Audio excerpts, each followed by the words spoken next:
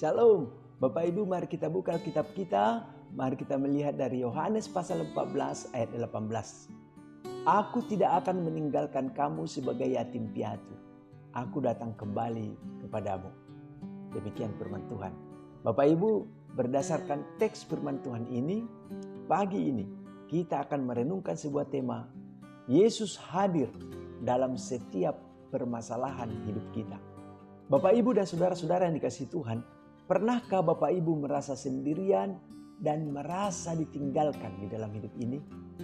Ketika kita kehilangan orang yang kita sayangi, ketika kita tidak memiliki sahabat yang mendukung, atau ketika kita merasa terasing dari keluarga dan dari masyarakat. Di dalam situasi seperti ini dapat membuat kita merasa seolah-olah kita menjadi yatim piatu. Ketika hal itu terjadi, saudara, apakah saudara tahu bahwa kita memiliki janji dari Tuhan bahwa Ia selalu hadir dalam setiap pergumulan hidup kita? Ya, tepatnya di dalam Yohanes pasal 14 ayat 18, Yesus berjanji bahwa Dia tidak akan meninggalkan kita sebagai yatim piatu dan Ia akan datang kembali kepada kita. Bapak Ibu, mari kita gali teks ini lebih dalam supaya kita semakin memahami apa makna dan aplikasinya di dalam kehidupan kita sehari-hari. Bapak Ibu dan saudara-saudara yang dikasihi Tuhan, kalau kita memperhatikan teks kita pagi ini, Yesus mengucapkan janji ini ketika Ia sedang memberikan nasihat dan peringatan terakhirnya kepada para muridnya menjelang penyalibannya. Yesus menyadari bahwa mereka akan menghadapi masa yang sulit karena mereka akan merasa sendirian dan akan kebingungan tanpa kehadirannya.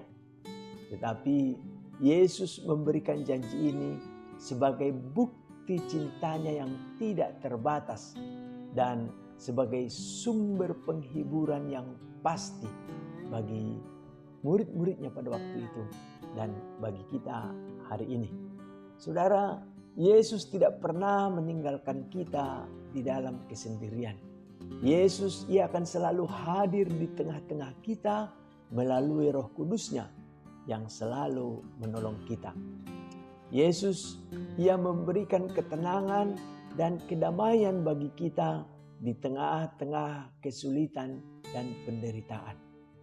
Yesus juga saudara menghadirkan sesama Kristen untuk menjadi sahabat dan menjadi pendamping kita, sehingga kita tidak akan pernah merasa sendirian di dalam menjalani hidup di dunia ini.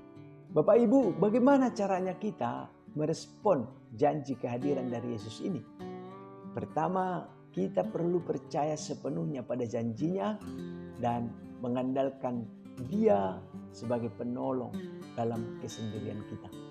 Yang kedua, kita perlu aktif mencari persekutuan dengan sesama Kristen dan menjalin hubungan yang saling mendukung dan saling membangun. Dan yang ketiga, saudara, kita perlu berusaha untuk menjadi kehadiran Kristus bagi orang lain yang merasa sendirian, sehingga mereka juga akan dapat merasakan penghiburan dan kedamaian yang dari Tuhan. Karena itu mari kita mempercayakan seluruh hidup kita ke dalam pemeliharaan Tuhan, karena Ia adalah Allah yang tidak akan pernah meninggalkan kita di dalam segala masalah dan pergumulan hidup kita. Amin.